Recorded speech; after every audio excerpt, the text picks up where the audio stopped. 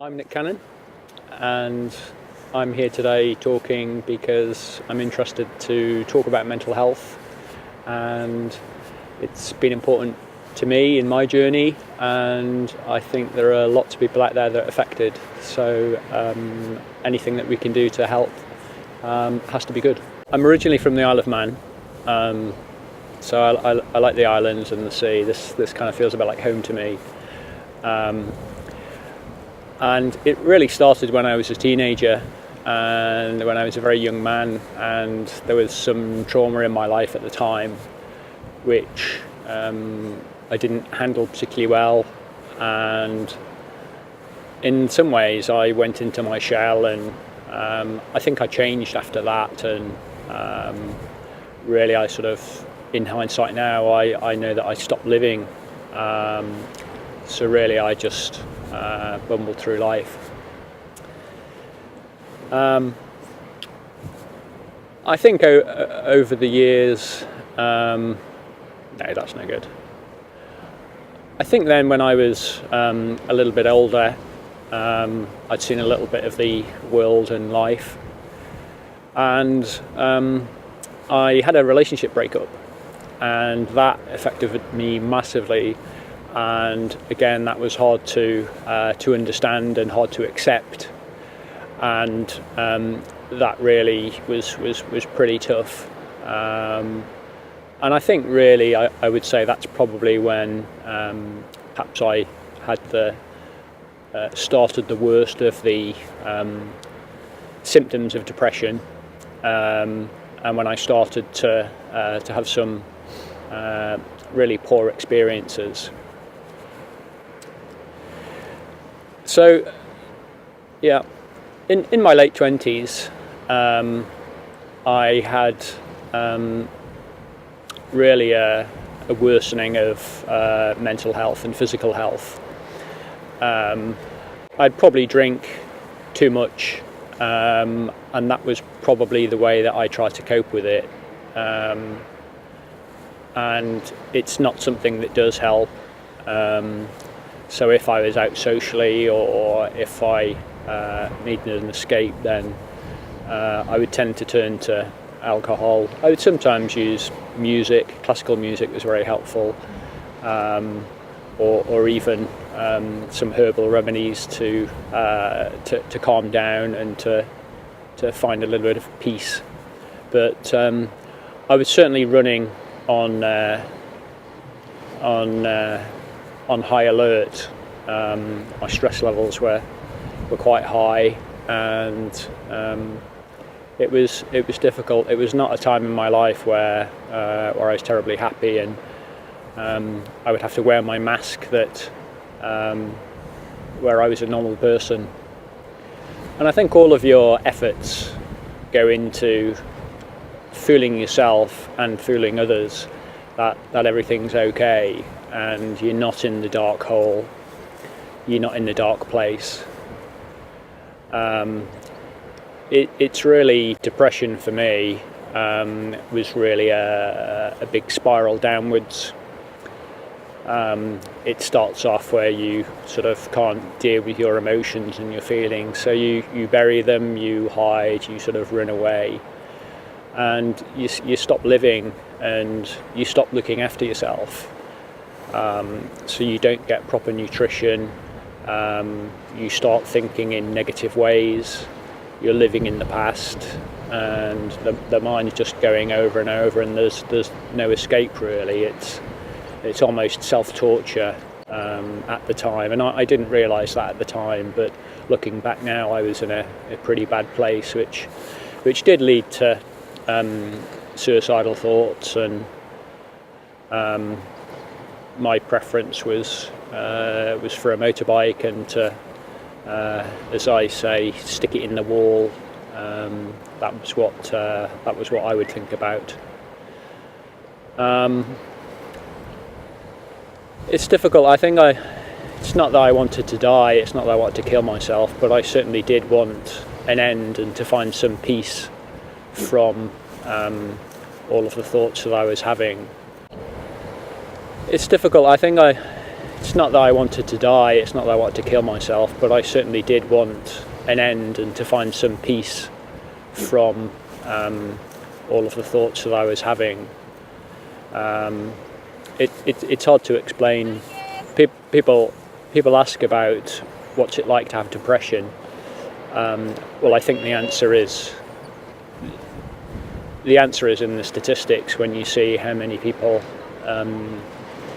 do take their own lives, and as we know, it's 800,000 a year, which is shocking, and that's a lot of families, that's a lot of brothers, sisters, mothers and fathers that have to live with that.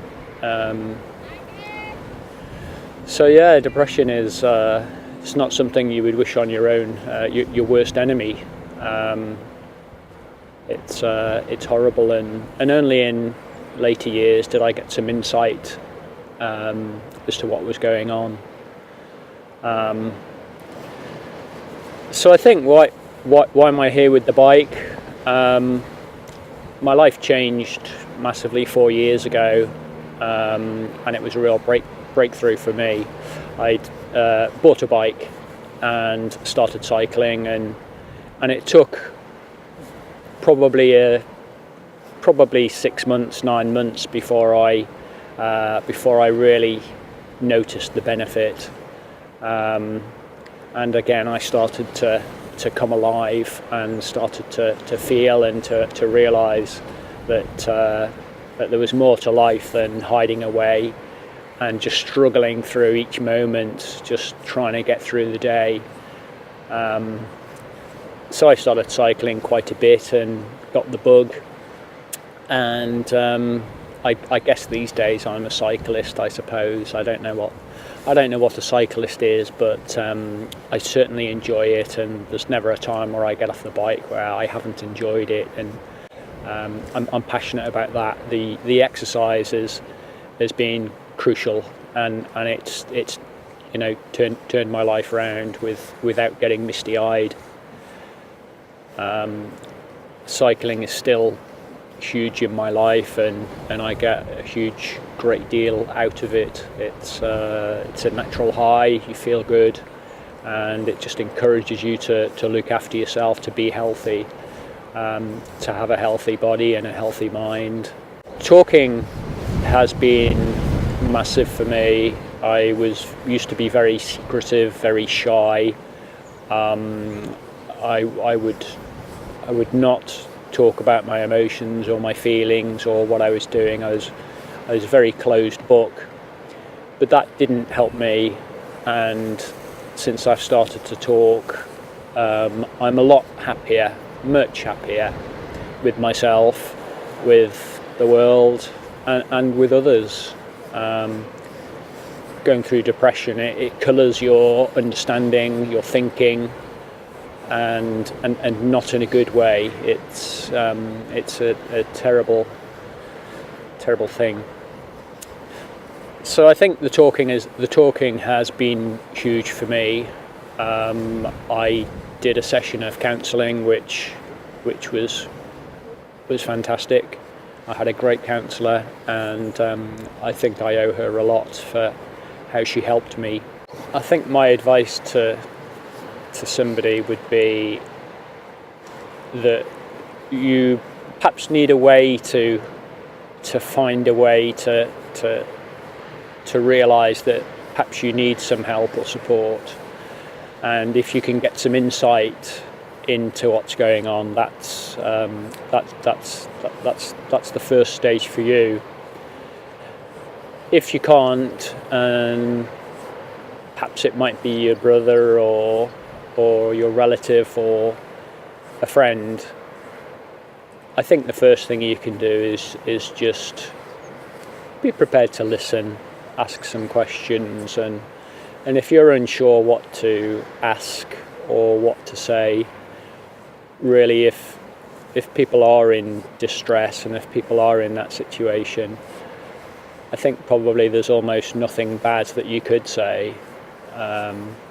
And there's lots of resources and help out there, both if you're having trauma and distress. You can You can go to the library, there's some great resource there.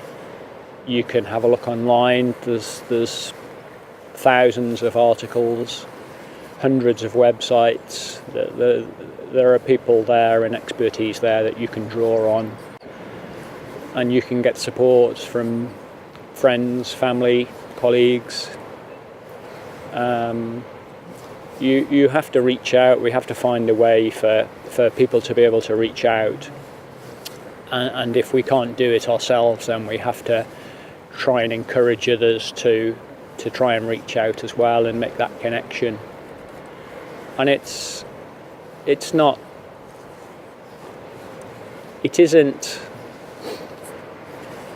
a widespread problem. It affects everybody, absolutely everybody, and there's no escape from it. And until we can become more aware and educated and learn to live a full and happy life, we will have men and women, we will have people going through this trauma and getting into this situation, which, as we know, can lead to people taking their own lives, and that's something that we need to get away from.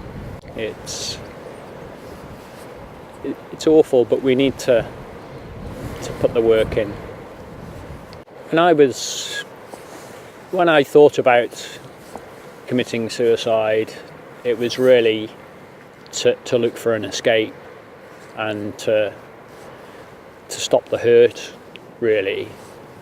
And it wouldn't actually have achieved that, and perhaps I realised that. Perhaps that may be why I didn't take the step, and perhaps I thought about my family who had already experienced enough trauma and upset.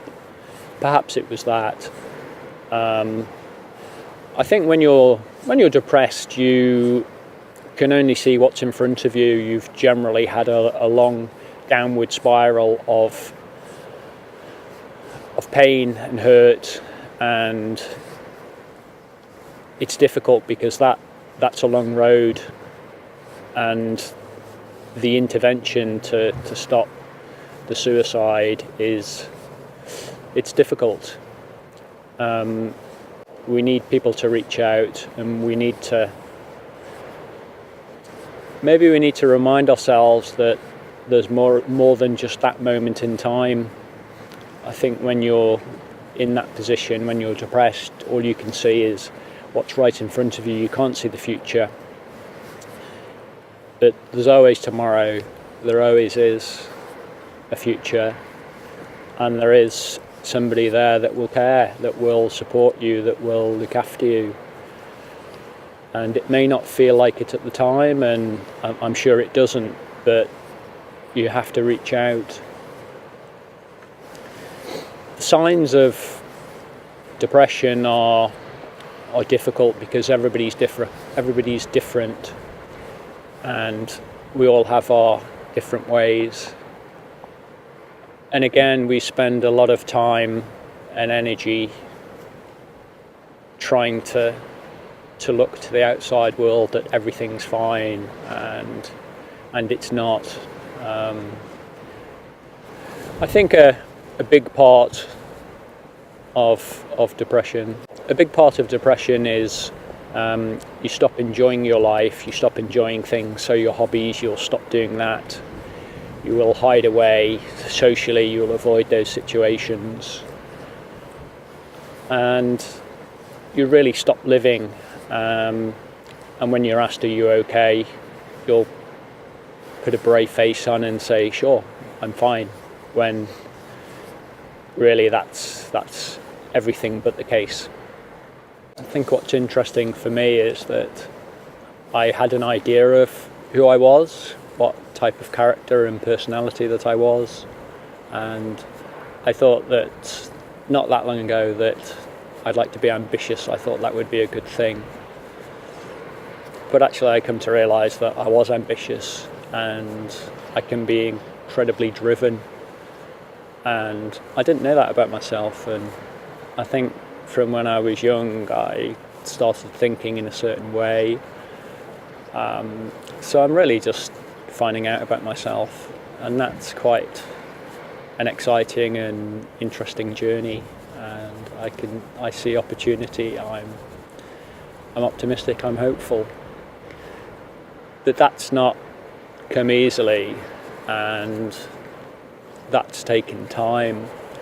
And I think when I started cycling, physically that woke me up, and I started to become stronger on the bike. And I almost started to enjoy it in the early days, but that took a long time. It was a slow process. But I've built on that, and I've learnt, and I'm learning how to deal with my feelings and my emotions, and I'm learning what a healthy balance is, what it's like to be healthy, because I've not had health for such a long time. So I'm learning, I'm doing research on depression and its causes and its treatment, and I'm learning about nutrition as well, which is something that I'm working on at the moment that is massively helpful. I strive every day to be healthy, and I try and put good nutrition in. I try and exercise, I try and look after myself and even be kind to myself. It's not that long ago that the counsellor suggested to me that I could be kind to myself, and I laughed, and she was laughing at me, and that was an interesting moment. To look after yourself, I never knew that before. So I try and practice that. That's a good thing. Perhaps when I was unwell, I would not have a shower. It wouldn't occur to me to have a shower. Ordinarily I would shower twice a day, but when I was unwell it would not occur to me. And just recently, within the last week or two, I'm having trouble with the shower because I can't get out, because I'm enjoying it and the hot water, and it feels good, and I've not felt that for so long. So it's a big discovery.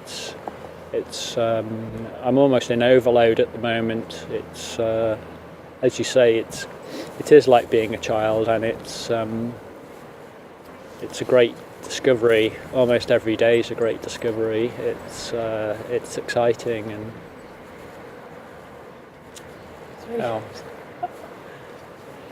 yeah, the 15 years, the loss that when I was going through the counselling, I was terribly angry, and I would look for fights. I would maybe pick a big guy and go and annoy him just to have a fight. I didn't want to fight him, and it was really my emotions and the past and the anger. So I was very, very angry, very bitter, very torn up. But that's not good for yourself. That's not good for anything. So I think acceptance and coming to terms with the past is massively important.